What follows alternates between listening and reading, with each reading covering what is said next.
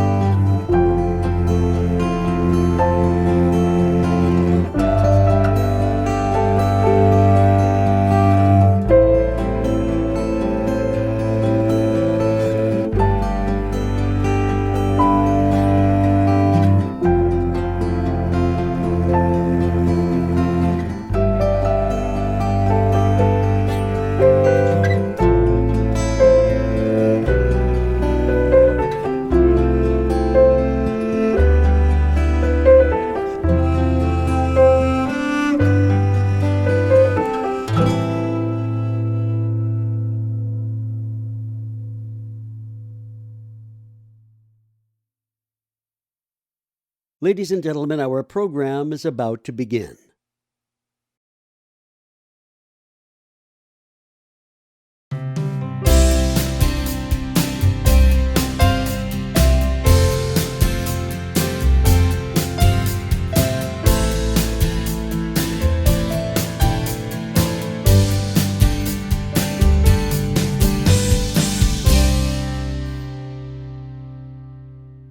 Please welcome the Chief Executive Officer of the American Association for Cancer Research, Dr. Margaret Foti. Good afternoon, everyone. On behalf of the American Association for Cancer Research, I have the great honor to welcome all of you who are joining us virtually from Capitol Hill, as well as from across our country and around the world, for this special congressional briefing where we are unveiling the landmark AACR Cancer Disparities Progress Report 2020, Achieving the Bold Vision of Health Equity for Racial and Ethnic Minorities and Other Underserved Populations. My name is Marge Foti. I serve as the Chief Executive Officer of the American Association for Cancer Research, AACR. The AACR is the world's first and largest professional organization dedicated to advancing cancer research and its mission to prevent and cure all cancers. Over the years, the AACR and its more than 47,000 members from the United States and 126 other countries around the world have been at the forefront of every major breakthrough against cancer. Our organization has also been leading numerous science and public policy activities to improve our nation's health. To accomplish our goals, the AACR marshals the full spectrum of expertise in cancer research to identify the top scientific priorities, convenes conferences and educational workshops all over the world, publishes 9 high-impact, peer-reviewed scientific journals, produces a magazine for cancer survivors, patients, and their caregivers, and works to raise funds from the philanthropic community for highly meritorious research that has the potential to prevent and cure the more than 200 diseases we call cancer. The AACR also actively communicates with legislators, other policymakers, and the public about the value of cancer research and the cancer-related sciences, in saving lives from cancer and in making sure that these advances in research and treatment benefit everyone equally. We are here today at this special virtual congressional briefing because of the monumental importance of cancer health disparities.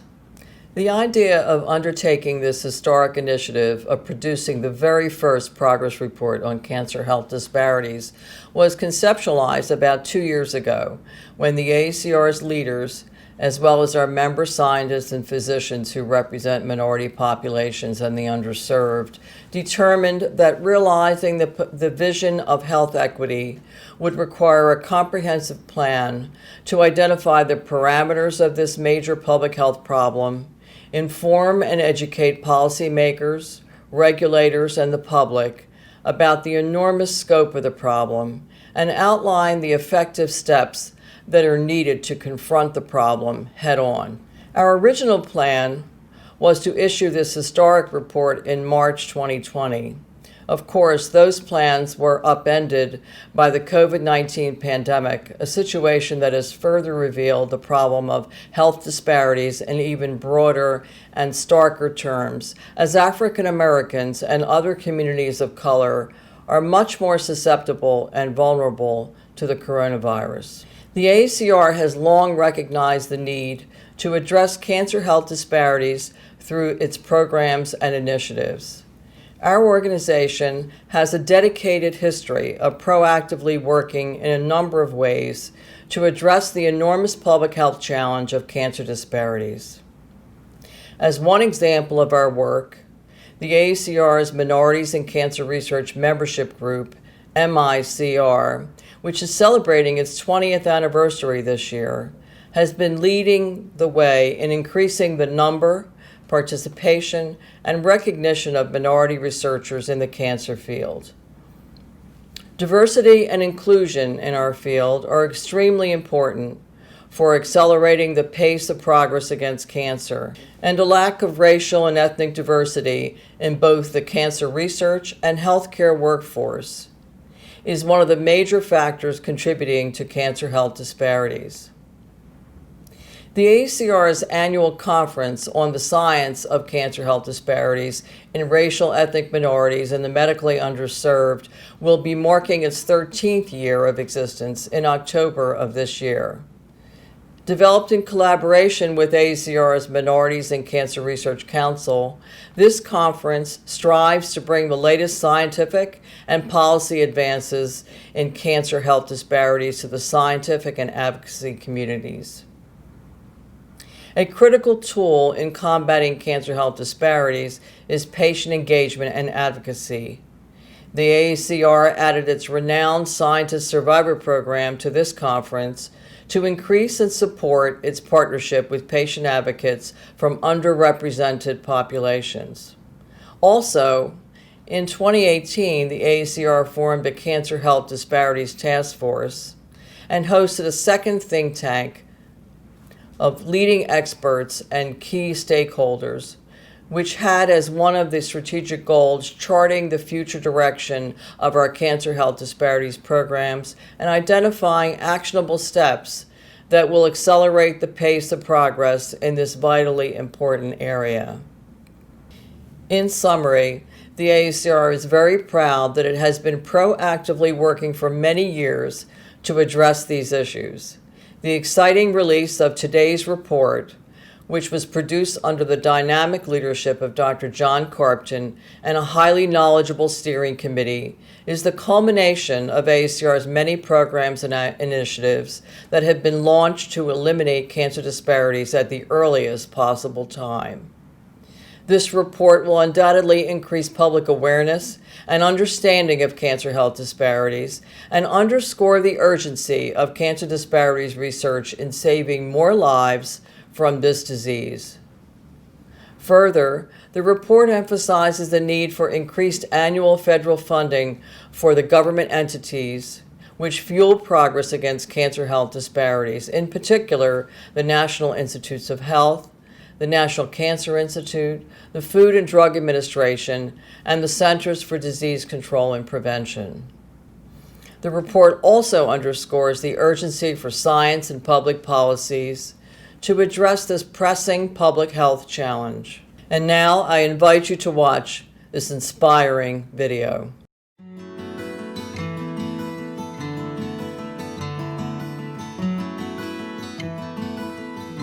At age 49, I was diagnosed with triple-negative breast cancer. Well, they found out after the biopsy that I was an adenocarcinoma, that it was a colon cancer.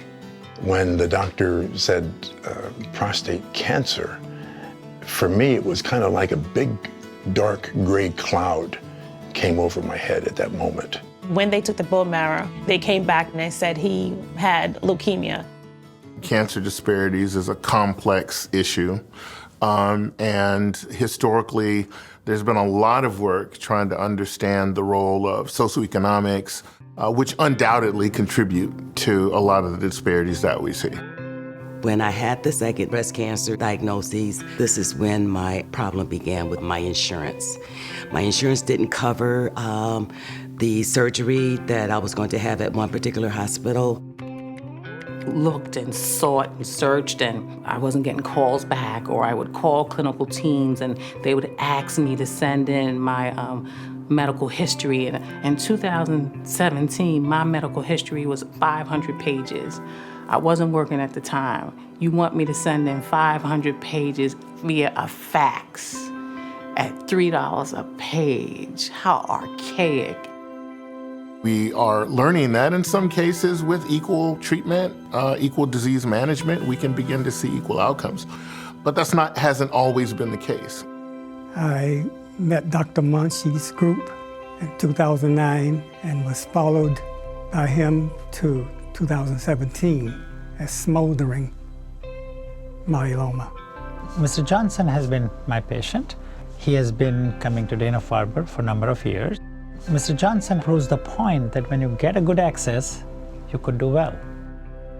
After the CAR T therapy, Fernando was, we were at the hotel, he was jumping on the hotel bed, he was bouncing around. I had to tell him to stop because he has low bone density. I'm like, no, you might break something. I basically believe the CAR T was a miracle for him. What I'm excited about now is that we have amazing tools and technologies and methodologies that are really allowing us to hone in on biological factors that might be influencing these disparities. During the time of my chemotherapies, I had to undergo genetic counseling and genetic testing, and I tested positive for the BRCA1 mutation. My second opinion said to me, you might want to think about genomic testing because you might have mutations that may be driving your cancer.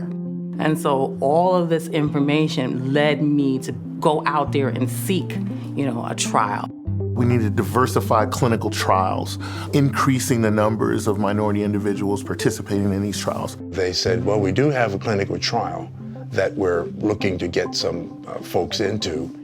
First of all, I want to see if I can take care of me. And then I started thinking about if I'm in a clinical trial and what I do helps someone down the road, then I've done something. I've paid it forward. As we look towards 2025 and 2030 is when we begin to integrate the societal issues and how that can affect biology. We've made progress in a number of areas, again, particularly on the biology side, but I still think we have a long ways to go.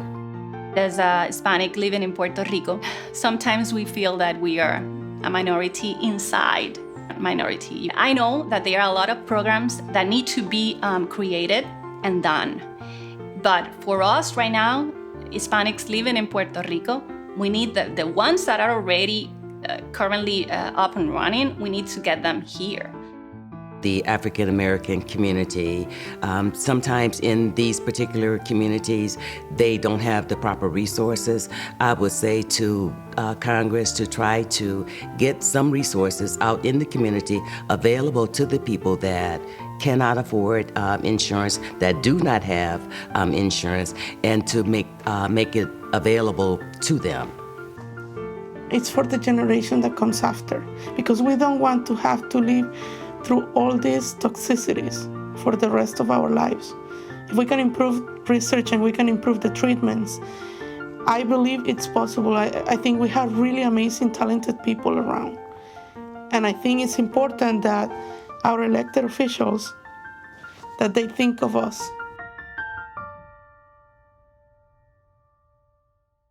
It is now my great pleasure to introduce two influential members of Congress who have provided remarks for today's briefing.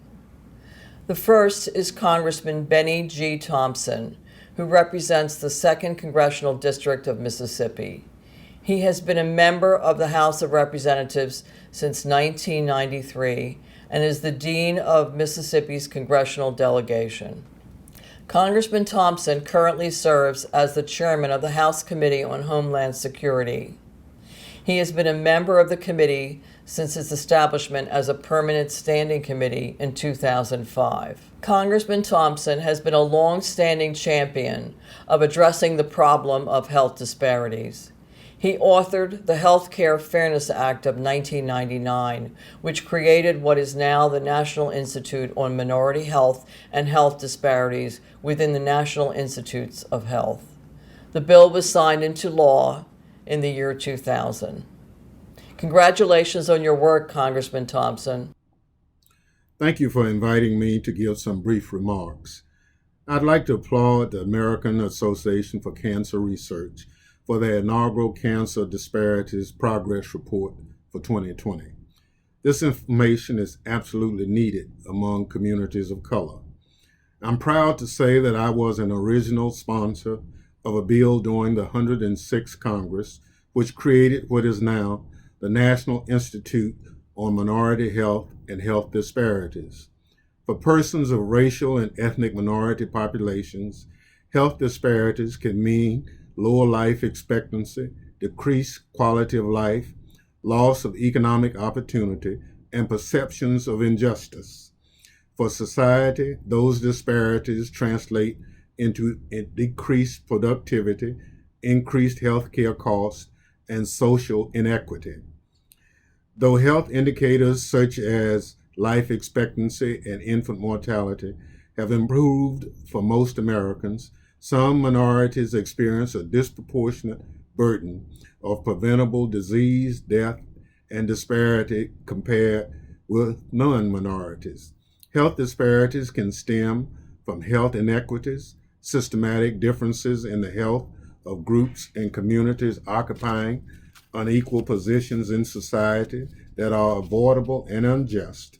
For racial and ethnic minorities in the United States, health disparities take on many forms, including higher rates of chronic disease and premature death compared to the rates among whites. It is important to note that this pattern is not universal. Socioeconomic factors, lifestyle behaviors, social environment, and access to clinical preventive services contribute to racial, ethnic, and health disparities. I believe that reducing racial and ethnic health care disparities is essential for better health care outcomes and for lowering health care costs. With that being said, thank you to the American Association for Cancer Research for producing this much-needed report. The second individual is Congressman Mark Wayne Mullen, who represents the 2nd Congressional District of Oklahoma. He has been a member of the House of Representatives since 2013. Congressman Mullen currently sits on the influential House Energy and Commerce Committee and its key subcommittees on health, environment, and climate change, and oversight and investigations. Congressman Mullen is a vocal advocate of the importance of addressing health disparities, especially in the Native American community. As a member of the Cherokee Nation and one of the 4 Native Americans in the House, Congressman Mullen has publicly called for hearings to address the health issues faced by Native Americans. In a June 2020 Health Subcommittee hearing, Congressman Mullen stated that Native Americans, as well as those in rural areas, are being left out disproportionately of important scientific studies that are examining the problem of health inequalities. Congratulations, Congressman Mullen, on your extraordinary work. Hi, I'm Congressman Mark Wayne Mullen from District 2 of Oklahoma. I represent a very rural part of the state. In fact, we cover the entire eastern side. We run from Kansas to Texas. And when we start talking about specialty care, in cancer or really any type of specialty care, there's a huge difference between those that may live in a major metropolitan area and the type of care we might receive in rural parts. And through COVID has been devastating to our country, but it's also exposed some holes that we have, and it's also exposed the need for telemedicine. Is it the same as having somebody in the room with you? No. But does it allow us to have specialty care in a more convenient spot in an area that maybe a person in a rural area couldn't be reached? Yes. For us, let's say in Westville, the nearest cancer hospital to us would be Tulsa, which would be 90 miles away. And honestly, most people from there will actually go on to Houston, which is 11 hours away if you drove. It's inconceivable for us to do this. But then let's start talking about pediatric cancer care. The need is even greater.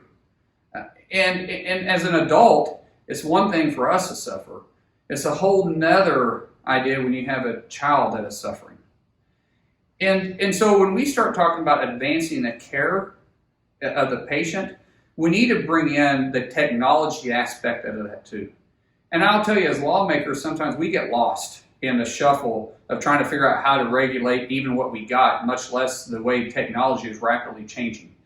But your advocacy is vitally important to stay on the forefront, to stay out there telling your stories, talking to us lawmakers, letting us know where the industry is moving and how it's affecting the patient and the caregiver.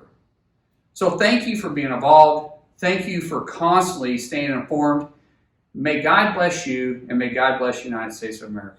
And now I am pleased to introduce our esteemed AACR President, Dr. Anthony Ribas. Dr. Rebus is professor of medicine at the David Geffen School of Medicine at UCLA, director of the UCLA Johnson Comprehensive Cancer Center Tumor Immunology Program, and director of the Parker Institute for Cancer Immunotherapy Center at UCLA. Dr. Rebus is an internationally recognized physician scientist whose translational and clinical research focuses on developing new therapeutic options for patients with malignant melanoma. He has been at the forefront of precision cancer medicine and immunotherapy for many years. Dr. Rebus also served as program chair for the AACR Annual Meeting 2020, the preeminent international meeting in cancer research. Due to the pandemic, an in-person scientific program was adapted into 2 groundbreaking virtual annual meetings under his innovative leadership, with more than 100,000 registered attendees from 140 countries around the world for both virtual meetings combined. To rapidly respond to the ongoing COVID-19 challenges, Dr. Rebus formed an AACR COVID-19 and Cancer Task Force that includes experts from all the disciplines relevant to this disease and its impact on cancer. One of the first actions spearheaded by the task force was the organization of an AACR virtual meeting dedicated to COVID-19 and cancer and the related scientific and policy advances. This exceptional AACR conference, which was held in July, focused on the rapidly emerging data in basic, translational, and epidemiological research related to COVID-19 and cancer. The COVID-19 conference and the AACR virtual annual meeting included sessions on the critical topic of health disparities. Led by Dr. Rebus, the task force has also made addressing the cancer screening gaps created by COVID-19 a priority. We are pleased to have Dr. Rebus join us today as he is a champion in the fight against cancer health disparities. At our virtual annual meeting in June, he created and led a panel discussion titled Racism and Racial Inequities in Cancer Research. The panel, which included Drs. John Carpton, Marcia Cruz Correa, and Robert Wynn, was convened to present an open and frank discussion about this timely and important topic, leading to concrete steps and initiatives that the AACR can take to eliminate racial inequity in all of its forms. We are so proud to have Dr. Rebus as our 2020-2021 AACR president. Please welcome Dr. Tony Rebus. Thank you so much, Marge. Hello, everyone. My name is Tony Rebus. I serve as president of the American Association for Cancer Research, and I am delighted to participate in today's event to release the AACR Cancer Disparities Progress Report 2020. Research is driving tremendous progress against cancer and other human diseases, but the grim reality is that these advances have not benefited everyone equally. Progress has come too slowly for people of color, and the monumental cost of cancer health disparities in terms of healthcare inequalities, premature deaths, and the impact on communities must be immediately addressed. During my year as president of the AACR, I am committed to continue and build upon the past efforts of the AACR to address the enormous public health challenge posed by cancer health disparities. An individual's race, ethnicity, geographic location, or income should not dictate his or her cancer outcomes, but unfortunately, this is exactly what is happening today. For example, in the US, Black men face more than double the rate of death from prostate cancer than men of other racial and ethnic groups. Hispanic children remain 24% more likely to develop leukemia than non-Hispanic children. Women of low socioeconomic status with early-stage ovarian cancer are 50% less likely to receive the recommended care than women of high socioeconomic status. It is absolutely unacceptable that advances in cancer care and treatment are not benefiting everyone equally. An individual's race, income, place of residence, or health insurance should not determine access to the latest cancer treatments. As an organization focused on the conquest of cancer, whose core values include equality, diversity, and inclusion, the AACR is fully committed to increasing the number of racial and ethnic minorities in cancer research workforce. Even as our nation has grown increasingly diverse, the number of minorities working in the biomedical research community has not grown proportionally. In fact, less than 11% of researchers in the US are members of underrepresented groups. This also includes American Indians, Alaskan Natives, Native Hawaiians, and other Pacific Islanders. The AACR is also extremely concerned that racial and ethnic minorities continue to be underrepresented in cancer research and clinical trials, especially because the different ages, races, and ethnicities may respond differently to cancer treatments. Fortunately, this particular area, strong efforts are currently underway to increase the number of individuals from diverse populations to participate in clinical research. For example, the FDA recently issued a draft guidance for the pharmaceutical industry with recommendations to diversify clinical trial populations. The guidance followed a public stakeholder workshop and is intended to improve the collection of clinical data that are more relevant to the real-world population of people with cancer.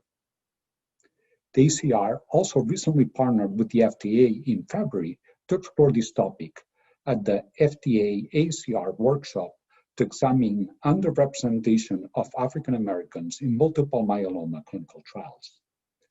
Sadly, as we have seen in stark terms over the last 6 months, the burden from the coronavirus pandemic has not been equally felt, with the problem of health disparities in America's communities of color being magnified in dramatic fashion.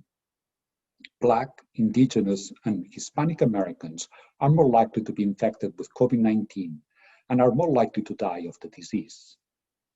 More specifically, African Americans account for 13% of the US population, but about 23% of the deaths from COVID-19.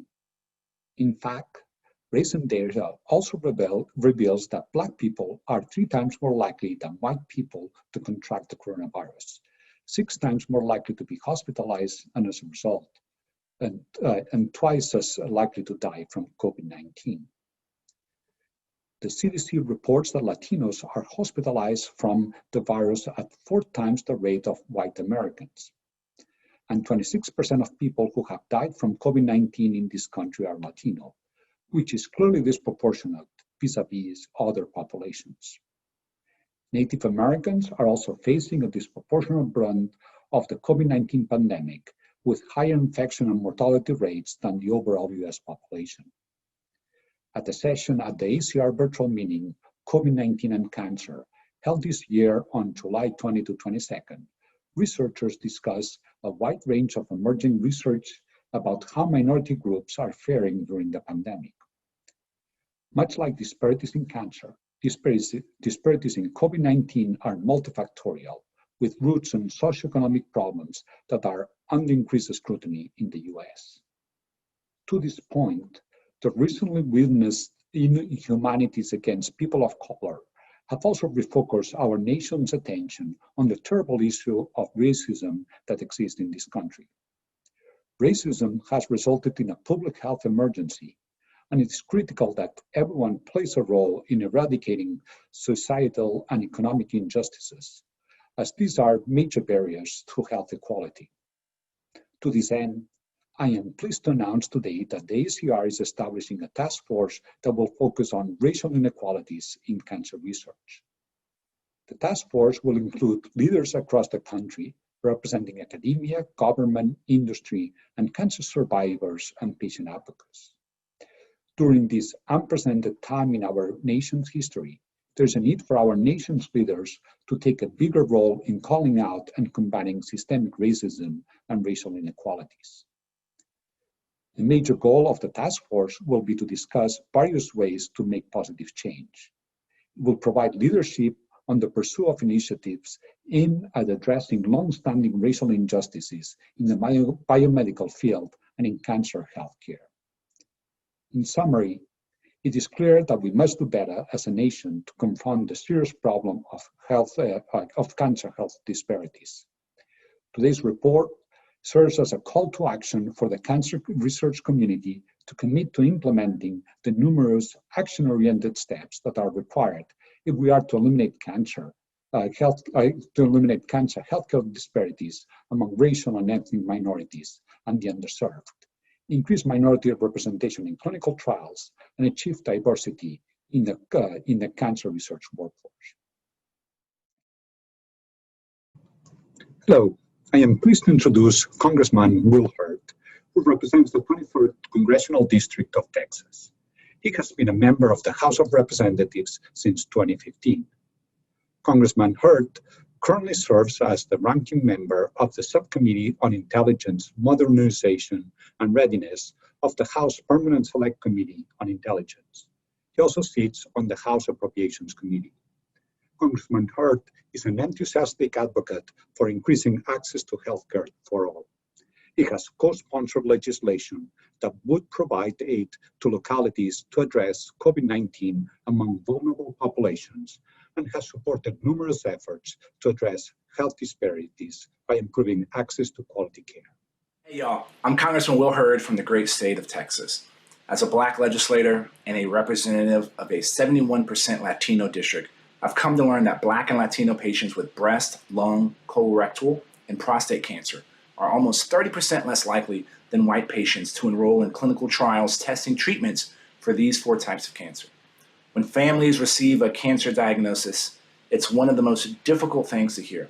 Sadly, this year alone, there will be an estimated 1.8 million new cancer cases diagnosed and over 600,000 cancer deaths in the United States. Each and every one of these people are a reason we must keep pushing for a cure for this devastating disease. The American Association for Cancer Research is high-quality, innovative cancer research is a vital piece of this puzzle as they work to create breakthroughs in medicine. As we continue to make progress in finding innovative treatments and ultimately a cure for everyone, we must ensure fair access to these resources for all patients. Oral chemotherapy is an innovative treatment, which represents 35% of the oncology development pipeline. But most of these medicines do not have alternative options, leaving patients with the burden of paying astronomical out-of-pocket costs or completely foregoing treatment. These figures are unacceptable in a nation that represents cutting-edge research in the medical field. While we do have work to do, I want to say thank you to the association for putting together this Disparities Progress Report so we can better educate ourselves on these issues and find ways to work together to fill these gaps.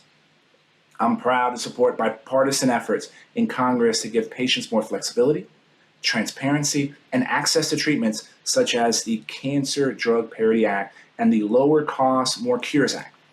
Through these bipartisan initiatives, we can reduce cancer disparities and fight for patients across the nation. The only way we are going to win this fight is if we work together. God bless you all. I'm pleased to introduce Congresswoman Xochitl Torres-Small, who represents the 2nd Congressional District of New Mexico. She has been a member of the House of Representatives since 2019. Congresswoman Torres-Small currently serves as chairwoman of the Subcommittee on Oversight, Management, and Accountability, the House Committee on Homeland Security. She also sits on the Agriculture and Armed Services Committees. Congresswoman Torres-Small has been an advocate for health disparities with an emphasis on women, Latinos, and those in rural communities. She recently sponsored legislation that would increase health care across the rural populations during the COVID-19 pandemic. Hello, Congresswoman Xochitl Torres-Small here, proudly representing New Mexico's 2nd Congressional District. It's an honor to help launch the American Association for Cancer Research's inaugural Cancer Disparities Progress Report. Hopefully, this new information can arm lawmakers with the data they need to better target efforts to address the underlying conditions that can contribute to poor health outcomes. As we know, some of the traits I love about my home are also what makes it tough to reach some basic healthcare services. It's why during my first term in Congress, I focused on addressing some of the conditions that keep New Mexicans from accessing the health care they need close to home. One of the first bills I introduced, the Resident Physician Shortage Act, aims to attract primary care providers to rural communities by increasing the number of Medicare-supported residency positions by 15,000. I'm hopeful that by bringing doctors in training to rural communities early in their career, they'll be encouraged to plant roots and provide care to residents across New Mexico who urgently need it close to home. I've also worked to address the rural maternity crisis facing many expectant parents in my home state. By introducing the Rural Moms Act, I hope that rural healthcare providers can leverage telehealth services to provide pre- and postnatal care for mothers who already manage several responsibilities in anticipation of delivery and with the addition of a newborn. I hope the combination of the two efforts can begin to address some of the systemic issues that contribute to a range of health disparities across New Mexico. I know that by working together, we can build a bright future for families nationwide. Now it's my distinct privilege to introduce to you Dr. John Carpenter, who served as chair of the AACR Steering Committee of Experts in the Field that developed today's report, a comprehensive document that will increase public understanding of cancer healthcare disparities and the importance of disparities research to saving lives.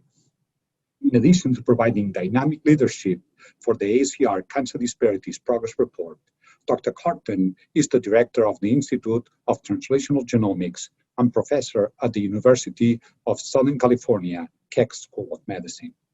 He is also the chair of the AACR's Minorities in Cancer Research Council. Dr. Carton also served as program committee chairperson of the AACR 2019 annual meeting in Atlanta, and co-chaired the AACR inaugural special conference on the science of healthcare disparities. Thank you, Dr. Carton, for your extraordinary commitment to this initiative. Good day. I honestly can't imagine having a more honorable moment. I would like to thank all of the distinguished men and women in attendance today as we unveil the inaugural AACR Progress Report on cancer health disparities among racial and ethnic minorities and the medically underserved. I would like to thank Dr. Foti and the AACR not only for sponsoring the development of this historic document, but also for their long-standing commitment, support, and efforts towards exposing cancer disparities and their dedication to the pursuit of understanding the factors influencing disparities in cancer prevalence and outcomes among racial and ethnic minorities and the medically underserved. I would also like to thank my colleagues who comprise the Progress Report Steering Committee and contributing writers for their commitment and outstanding contribution and leadership in crafting this document and its contents. Undoubtedly, considerable progress has been made in our ability to fight cancer, as has been reported and stated previously, where we have seen an approximate 26% reduction in cancer mortality rates since the declaration of the war on cancer. However, it is also evident that despite these improvements, disparities in the incidence and death rates of cancer persist among underrepresented minorities and the medically underserved communities in our country. As such, in this initial progress report, we provide important background and context in describing various racial and ethnic minority groups and medically underserved communities of focus in this report that include African Americans, Hispanic, Latino or Latinx, Asian Pacific Islanders, and American Indian and Alaskan Natives. It also includes other medically underserved groups such as urban and rural communities and the LGBTQ community. Historically, a large component of cancer health disparities research has focused on racial and ethnic differences, where the vast majority of data exists, particularly as we consider African Americans and Hispanic Latinos. Aside from the devastating personal impact that cancer disparities exacts upon patients, their families, and their communities, it is also important to understand the significant financial burden that these disparities impose upon our society, where studies have shown that eliminating health disparities for racial and ethnic minorities from 2003 to 2006 would have reduced healthcare costs in the U.S. by $1 trillion. Thus, the impact of not addressing these disparities is far-reaching and will not only affect us now, but will also significantly impact generations to come. Among the major documented factors supporting these disparities are historical healthcare and socioeconomic inequities driven by systemic social injustices against various communities and populations within our country. Unfortunately, yet unsurprisingly, many of the factors that are at the heart of cancer health disparities have been put into full view as we now are observing significant disparities in SARS-CoV-2 or COVID-19 incidence rates and death rates among medically underserved communities and underrepresented minorities. Central to these disparities are those socioeconomic and environmental issues relative to access to care, particularly as we consider those safety net hospitals, which in many cases are under-resourced, but where many individuals in medically underserved communities receive their care, including cancer care. So there is unfortunately a compounding effect as we consider cancer and cancer disparities during the COVID-19 pandemic. Accordingly, we felt compelled to include a special chapter in this inaugural Cancer Disparities Progress Report entitled Disparities in COVID-19 and Cancer. For instance, due to stresses on the healthcare system by the pandemic, many critical cancer-related diagnostic and treatment procedures have either been delayed or in some cases canceled. These delays can give a cancer more time to grow in advance, making it even more difficult to treat upon once a diagnosis is finally made. It is already being predicted by leaders in the cancer research community that delays in screening and diagnostic procedures due to COVID-19 pandemic will significantly increase the burden of cancer in the U.S. for years to come. Of course, this increased burden is very likely to be heavier among racial and ethnic minorities and the medically underserved. Therefore, we are likely to see even greater cancer disparities as we look ahead, thus making this report and our response to its call to action and recommendations of even greater significance and urgency. Without a doubt, socioeconomic and inequities in access to quality care represent major factors influencing cancer health disparities, and these disparities will persist until we address these issues. As referenced in our report, 21% of African Americans and 18% of Hispanic Latinos were living below the federal poverty line in 2018. These factors play a central role in cancer health disparities as a whole and must be addressed. However, we also know that there are observed differences in the clinical characteristics of certain cancers when we look at tumors derived from racial and ethnic minority patients. It has, of course, been up to the scientific community to investigate the role of biology and biological differences and how cancers manifest and progress in individuals across different racial and ethnicity groups.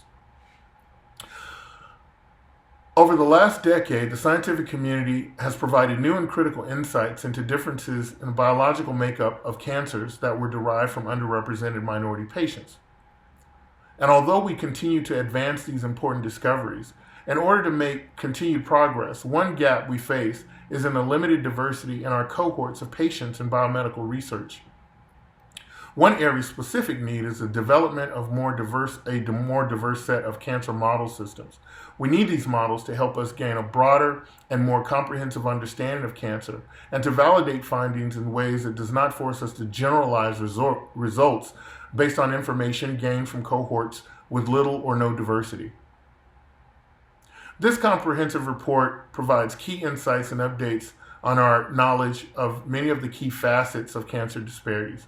This includes progress in understanding the role of preventable risk factors such as tobacco use, obesity, alcohol consumption, and risk of exposure to cancer-causing viruses such as HPV. Our report also discusses disparities in cancer treatment and progress towards mitigating these disparities. The last 2 decades have seen amazing improvements in cancer treatment, including innovations in radiation therapies, development of targeted drug therapies, and more recently, advancements in cancer immunotherapies. However, we also know that the adoption and utilization of these blockbuster drugs and treatments has not always been effectively and equitably distributed to all patients, especially underrepresented minorities and those patients without private insurance. There is significant activity across all public and private stakeholders to address these issues. Interestingly, we're also monitoring clinical trials and patient demographics for COVID-19 vaccine and drug trials to ensure adequate racial and ethnic diversity, especially given the increased burden of this disease on these communities and populations. Further, as we continue to work to mitigate cancer disparities, one approach that holds tremendous promise is the diversification of the cancer research workforce. As with cancer health disparities themselves, we face significant disparities in the demographics of the research workforce, particularly in STEM areas such as cancer research. This includes limited diversity across the continuum of science education from K through 12 all the way through academic faculty positions. However, progress has been made, but we still have a long way to go. For instance, our progress report references several programs, including the CURE program, which was developed through the NCI Center to Reduce Cancer Health Disparities. CURE, which stands for Continuing Umbrella of Research Experiences program, supports underrepresented minority trainees and scientists using a holistic approach to promote mentoring, professional support, and career-building skills. Finally, to support endeavors to understand and eliminate cancer health disparities, we must have robust public health policies and federal funding in place. Thus, we must continue to provide the critical and important evidence that's needed to craft policy that can have significant impact on reducing cancer disparities, such as policies to address obesity, poor diets, and physical inactivity. In closing, this inaugural and historic progress report, sponsored by AACR, will provide the world with a comprehensive baseline understanding of our progress towards understanding and eliminating cancer health disparities. This monumental report took the collective effort of a number of the world's foremost thought leaders in the area of cancer health disparities research and frames progress, but also initiates a call to action which rounds out the document, which we will address later. I am pleased to be joined by three distinguished colleagues who have made tremendous contributions to the development of this landmark report as fellow members of the steering committee. Each of them will speak in more detail about some of the key topics discussed in the report. First, I would like to introduce Dr. Shanita Hughes-Halbert, who serves as Associate Dean for Assessment, Evaluation, and Quality Improvement, as well as Professor and Endowed Chair in the Department of Psychiatry and Behavioral Sciences at the Medical University of South Carolina Hollings Cancer Center. Dr. Hughes-Halbert is a nationally recognized expert in cancer prevention and control among diverse populations.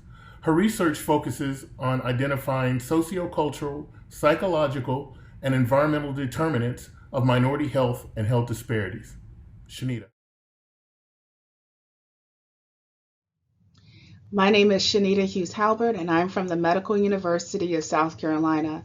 I would like to start my remarks by thanking the American Association for Cancer Research for their leadership and support to generate the first progress report on cancer health disparities. For the past 2 decades, the AACR has been instrumental in shaping the field of cancer health disparities research by supporting the annual Science of Cancer Health Disparities Conference, developing new initiatives to enhance workforce development among underrepresented minority trainees and investigators, and supporting and promoting the discovery of novel cancer risk factors and therapies to eradicate disparities among racial and ethnic minorities and other underserved populations through groundbreaking research. This report on the progress that has been made to understand and address cancer health disparities highlights the multi-level determinants of racial and ethnic disparities in cancer risk and outcomes, and underscores the importance of the continued efforts and investments that are needed to conduct transdisciplinary translational research that can transform our healthcare systems, public health programs, and the communities in which we live, and ultimately eliminate disparities. As a behavioral scientist, the focus of my research is on developing, evaluating, and disseminating evidence-based strategies that address cancer health disparities. And as described in the AACR Progress Report, social determinants of health include the conditions in which individuals are born, live, work, and age. Social determinants of health include housing conditions, access to healthy food, literacy, employment, financial resources, and access to health care. It is important to understand and study social determinants of health in the context of cancer health disparities because these factors influence one's ability to obtain quality health care, increases their exposure to cancer risk factors, and reduces their ability to engage in cancer control behaviors. The AACR Progress Report highlights known disparities in exposure to cancer risk factors through physical inactivity, unhealthy eating, obesity, and smoking. Research is now being conducted to understand how adverse social conditions such as structural racism and discrimination promote physiological and behavioral stress responses that contribute to excess rates of morbidity and mortality among racial and ethnic minorities. This is a critical time for the field of cancer health disparities, where it is imperative that all stakeholders, which includes policymakers, regulators, payers, academic medical centers, healthcare providers, advocacy groups, public health organizations, and patients and caregivers, to work together to ensure continued progress is made towards cancer health equity, especially during this unprecedented time of a global pandemic that has changed the way in which cancer is diagnosed, treated, and patients recover from this disease. As part of these efforts, priority should be placed on increasing funding to the NIH and CDC to support translational behavioral science research to improve the precision of cancer control interventions in racial and ethnic minorities.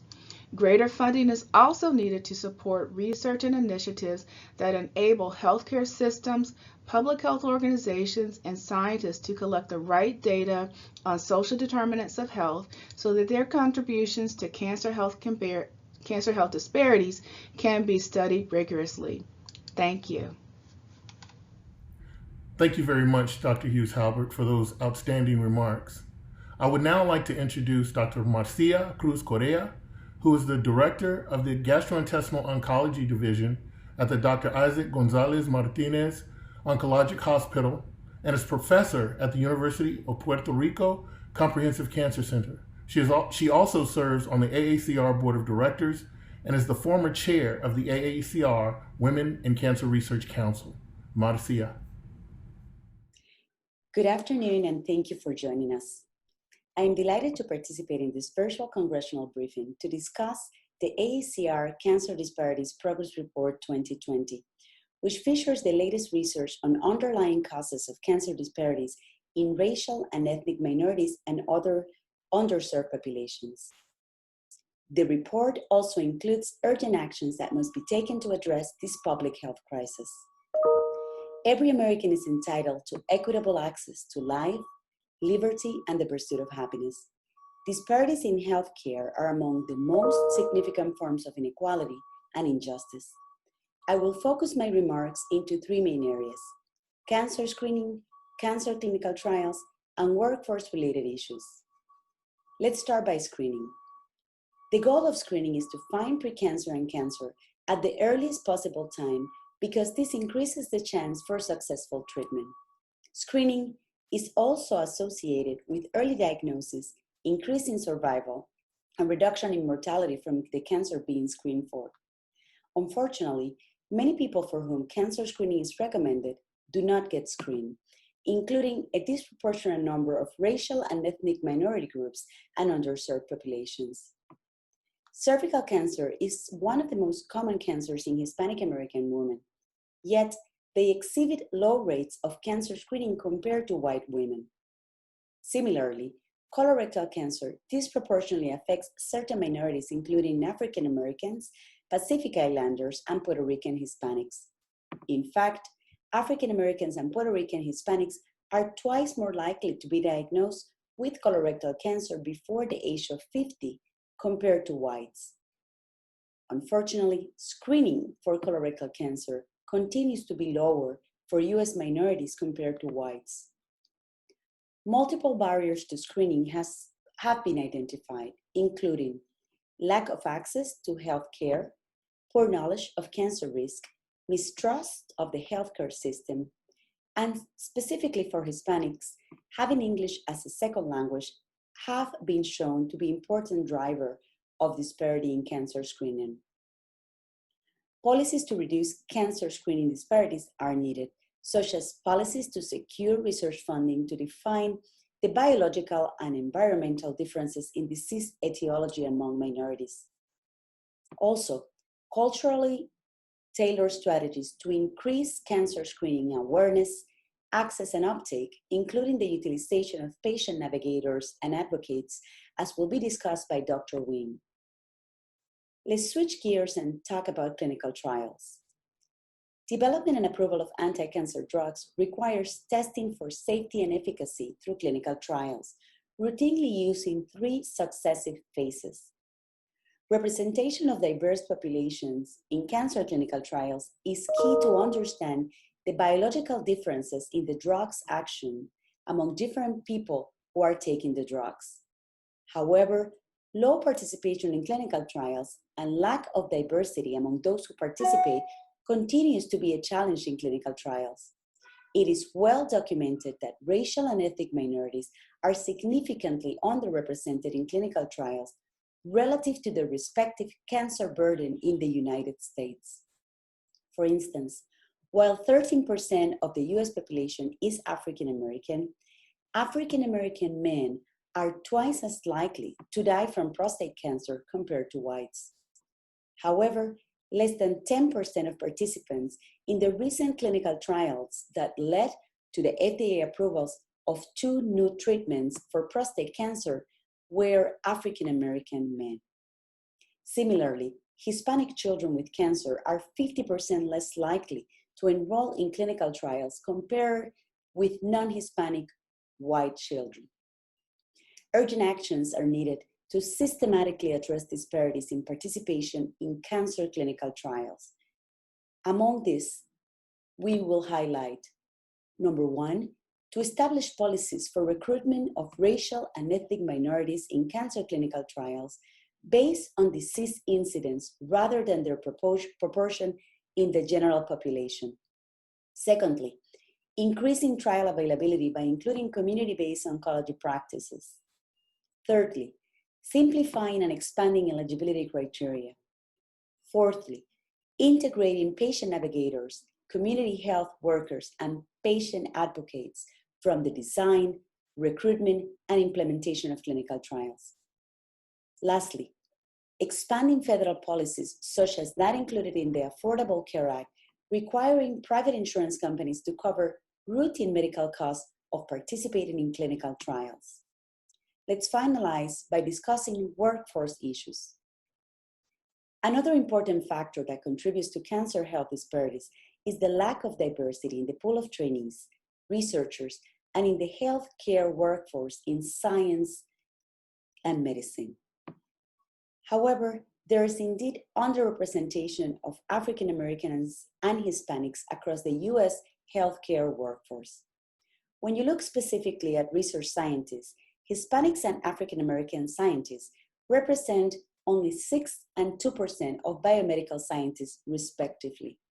Moreover, African American scientists are less likely to obtain federal research funding compared to other racial and ethnic groups.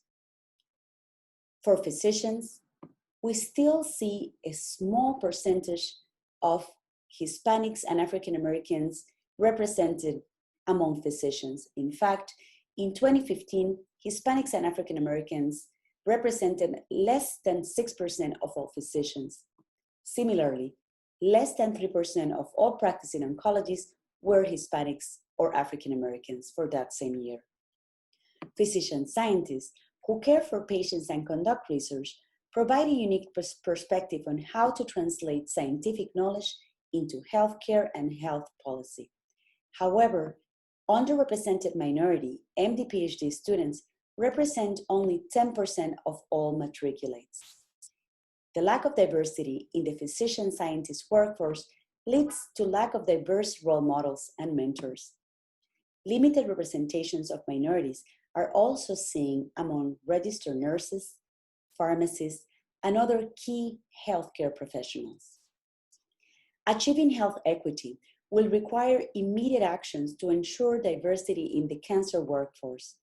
Enhancing diversity in training and in the cancer workforce will expand the perspectives, will fuel innovation, and will guide science-based health policies that will advance cancer prevention, early detection, and treatments, and will ultimately promote health equity for every American. Thank you. Thank you so much, Dr. Cruz Correa, for your amazing remarks and critical perspective.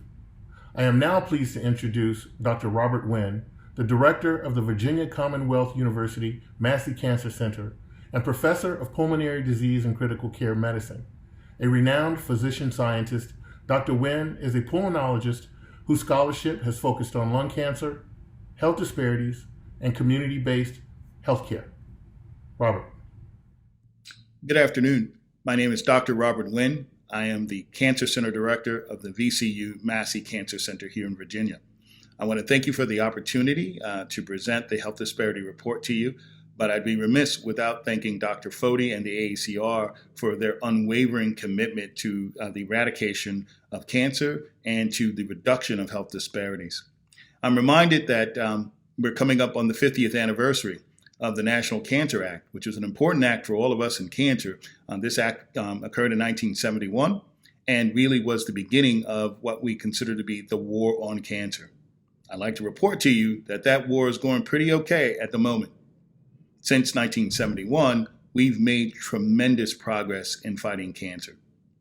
In fact, it's the first time in history that we can proudly sort of say that we have more people living with cancer than dying from it.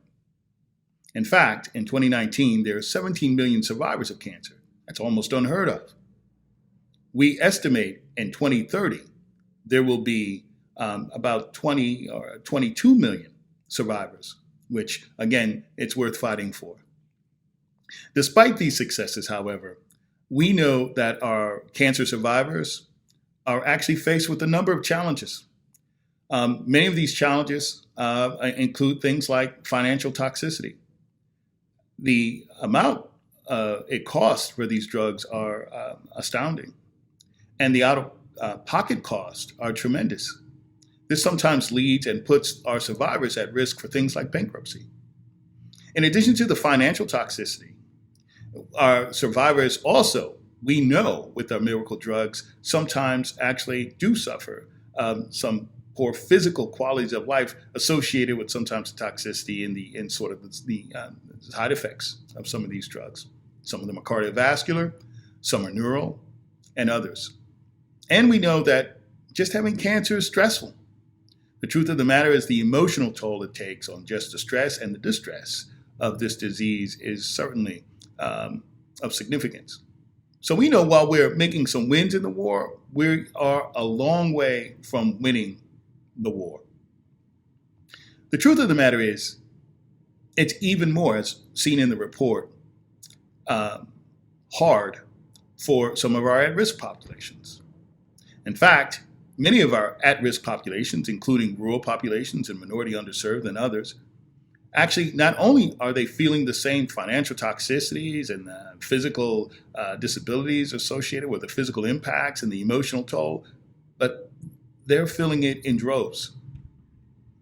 In some cases, the disparity that actually happens as a result of different groups and their survivorship is actually haunting. Fortunately, with the implementation of things like the Patient Protection and Affordable Care Act, it has reduced some of the financial burden through the Medicare expansion and premium tax. We support this as Cancer Center directors and certainly as the AACR.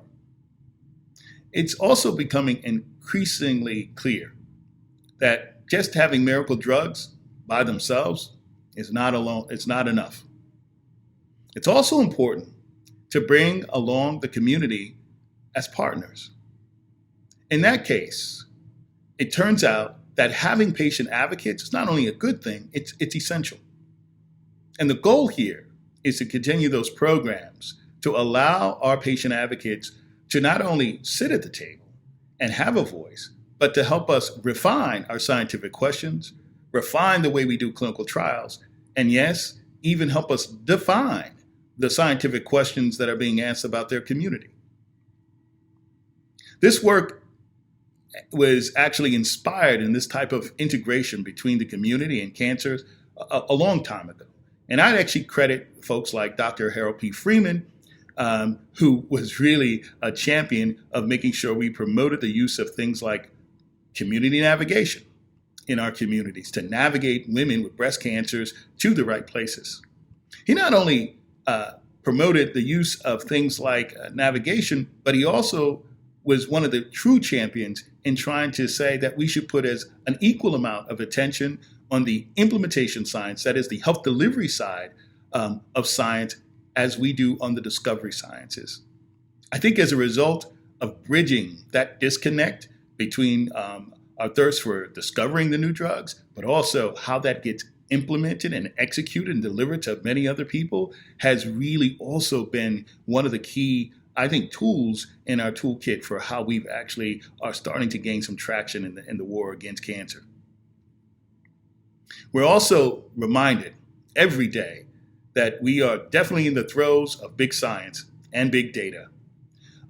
So bold efforts like the one at the NIH by the way of the All of Us program will help us greatly, even more, develop precise and precision approaches to how to actually make sure that an individual is not just a number, but an individual is being seen as themselves, and we can precisely attack the cancer for them and unique to them. I'm incredibly excited about where we are. I also know that there's one important element too that I failed to mention, and that is workforce diversity. We've had champions like Hannah Valentine and Dr. Sonia Springfield and folks, Dr. Bob Croyle and Dr. Henry Cialino and folks from the NIH and all in different areas of foundations, trying to make sure that we understand that to treat cancer, it needs multiple different voices and multiple different ideas. And the efforts around diversifying that workforce has really been, I think, a big impact. I'd have to tell you that I am a direct benefactor of those pipeline programs. And as the only African American to date, cancer center director of an NCI designated cancer center, I have to tell you that those programs have worked. Literally all the way from Head Start to being a cancer center director at VCU Massey Cancer Center. The core of all these efforts are rooted on evidence-based policies that are both guidelines for us and actually rallying cries for action for us. And a number of federal and state agencies will need to play an important role in coordinating efforts in addressing cancer health disparities reduction. We'll also need your continued funding of vital and innovative research. All those things will be needed to achieve the goal of eradicating cancer. I'd be remiss if I didn't actually recognize that some of this is actually going to be also embedded in strong support for public health policies. These policies will go a long way in reducing cancer health disparities by also giving attention and improving prevention and early detection efforts in a number of cancers. Proof positive that strong public health policies work: the reduction of lung cancer that we have, the improved cervical cancer rates where no woman should die from cervical cancer, and the improved rates of things like GI cancers. We're doing some, we certainly have more to do. The AACR looks forward to working with the Congressional Black Caucus, the Congressional Hispanic Caucus, and the Congressional Asian Pacific American Caucus on their Health Equity and Accountability Act bill to eliminate health disparities experienced by at-risk communities. This bill should be a priority, and the AACR and cancer centers all across the country stand at the ready to partner on this important legislation. I want to thank you for your attention, and I want to let you know that we definitely have cancer warriors throughout the United States who know that this fight is not over, but we're certainly making progress, and we have more progress to make. Thank you. Thank you very much, Dr. Nguyen, for those amazing remarks. One of the most inspiring and powerful aspects of this report is the inclusion of personal stories from cancer survivors who shared their experience with us. We are honored to share 2 of these stories with you today. First, we will show a video from our interview with Colonel Gary Steele from Carlisle, Pennsylvania. Colonel Steele is a survivor of both prostate cancer and multiple myeloma. Having joined and benefited from multiple clinical trials, Colonel Steele is a strong advocate for paying it forward so that others may have access to new and potentially life-saving treatments as well. Let's watch his video. If I'm in a clinical trial and what I do helps someone down the road, then I've done something. I've paid it forward.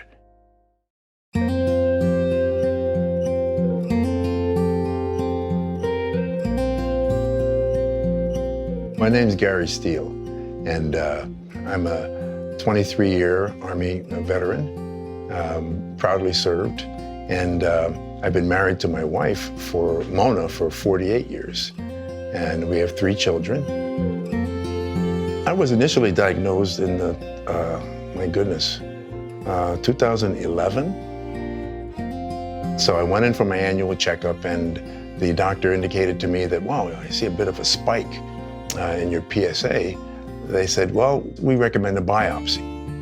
I remember the day I was out in the garage doing some work for my wife, and when the doctor said prostate cancer, for me it was kind of like a big dark gray cloud came over my head at that moment.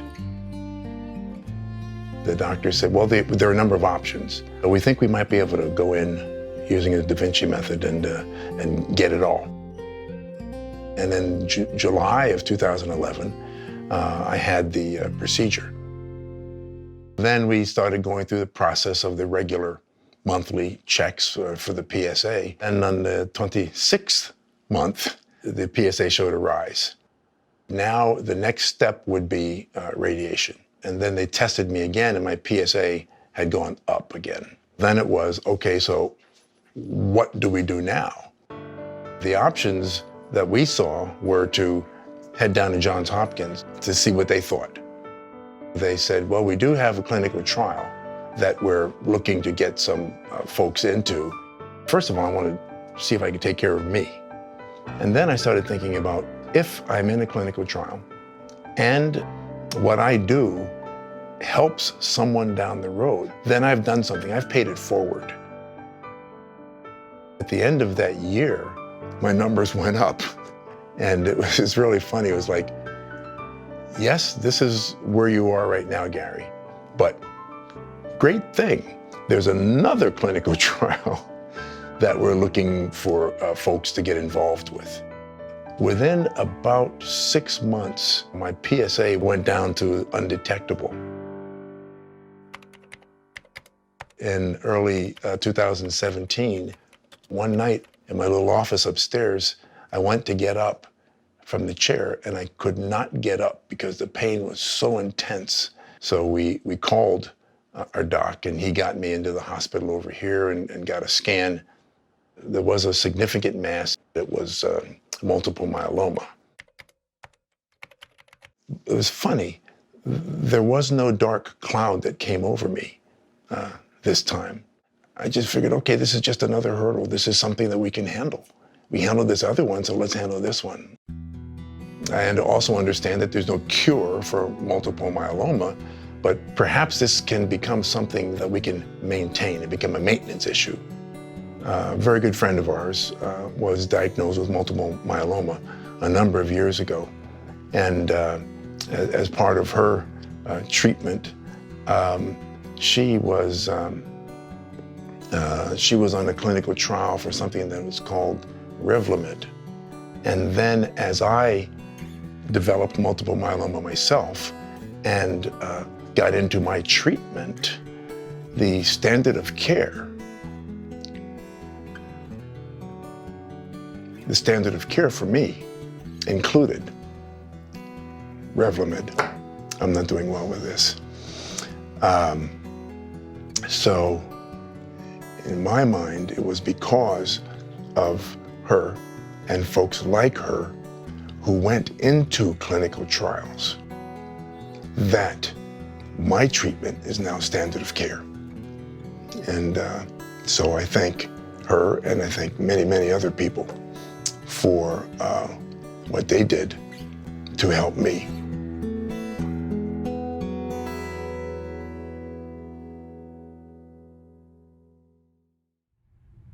We would now like to share a video from our interview with Jessimi Lopez from Los Angeles, California. Ms. Lopez was diagnosed with aggressive triple-negative breast cancer at the age of 30. After her successful treatment, she became a survivor advocate and patient navigator and decided to pursue a doctorate in social work to help others address the social issues that lead to gaps in care. Let's watch her video. People say that when you die, you see your whole movie of your life in front of you. I actually saw the movie of my life after they gave me the news.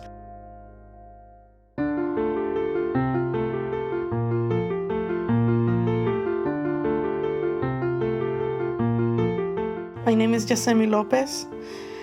I am 39 years old. I was at home and watching TV and I felt a lump. My husband said, well, you should get a check. I was diagnosed with triple-negative breast cancer when I had just turned 30 years old. People say that when you die, you see your whole movie of your life in front of you. I actually saw the movie of my life in those seconds after they gave me the news. Because of how dangerous that triple negative is, the doctor wanted to make sure that I had better chances of not having a recurrence. So she decided that I had to do chemo prevention. During the time of my chemotherapies, I had to undergo genetic counseling and genetic testing. And I tested positive for the BRCA1 mutation. The counselor told me, you have to ask, if there was any cancer in the family, what type. Every family member I asked on both sides of the family told me, no, there is no cancer. So one of my cousins called back after, and she said that she didn't want her mom to hear, but she had been a survivor of kidney cancer. It's a lot of lack of information and misinformation around because they don't want to confront the cultural taboos around cancer. I am currently in no evidence of disease. That means at the moment there is no test that can prove that I have cancer floating inside me. But I'm also mindful that that doesn't mean that it's not somewhere there. That's why I'm very excited about participating in cancer research because we can at least find more answers. I remember the moment that I decided that I wanted to do something more than just being a cancer patient. I was feeling really down, and my genetic counselor came to visit. And she said, no, not only I need you, but many people in the community need you because there is a high need for people who can be helping others who cannot speak at the moment. And I see that you have that potential. At USC, I joined the Norris Cancer Survivorship Advisory Council. And then I started joining other hospital boards and attending conferences. Cancer is a roller coaster. It has ups and downs and curves, but mostly importantly, it's temporary. I am so grateful of all these tables that were with a seat available for me so I could represent the voice of other, not only Spanish-speaking patients, but underserved communities that may not have the opportunity to be educated, literate, or linguistically or culturally trained to understand what is out there for them. We want to continue funding research because we deserve to live longer. We are trying to make an impact for everybody in our community. And we want to make sure that our voices and the voices of all the people who have passed are still present. It's for my patients. It's for the generation that comes after, because we don't want to have to live through all these toxicities for the rest of our lives. If we can improve research and we can improve the treatments, I believe it's possible. I think we have really amazing, talented people around. And I think it's important that our elected officials that represent us, that we have all our hopes in their vote, that they think of us. As stated previously, among the most important components of this progress report is its call to action. This call to action urges policymakers and stakeholders to work with us in our commitment to eliminating cancer health disparities. This call to action asks stakeholders to provide robust, sustained, and predictable funding increases for the federal agencies and programs that are tasked with eliminating cancer health disparities, to implement steps to ensure that clinical trials include a diverse population of participants, to support programs to make sure that the healthcare workforce reflects and appreciates the diverse communities it serves, to prioritize cancer control initiatives that include approaches to mitigating cancer disparities, and to work with members of the Congressional Tri-Caucus to pass the provisions included in the Health Equity and Accountability Act. On behalf of my colleagues, we feel a tremendous sense of pride in having the opportunity to craft this historical document. But more importantly, we maintain a sense of responsibility and purpose and remain resolute and steadfast in our efforts to reveal and expose the multitude of factors influencing these cancer health disparities that continue to plague, in many cases, the least of these. We must continue to reveal these factors and identify solutions as we continue our march towards true equity in cancer care and outcomes. But we can't do it alone. So I close with a quote from the late distinguished gentleman, Elijah E. Cummings. We've got to keep working together until there are no more disparities. Thank you.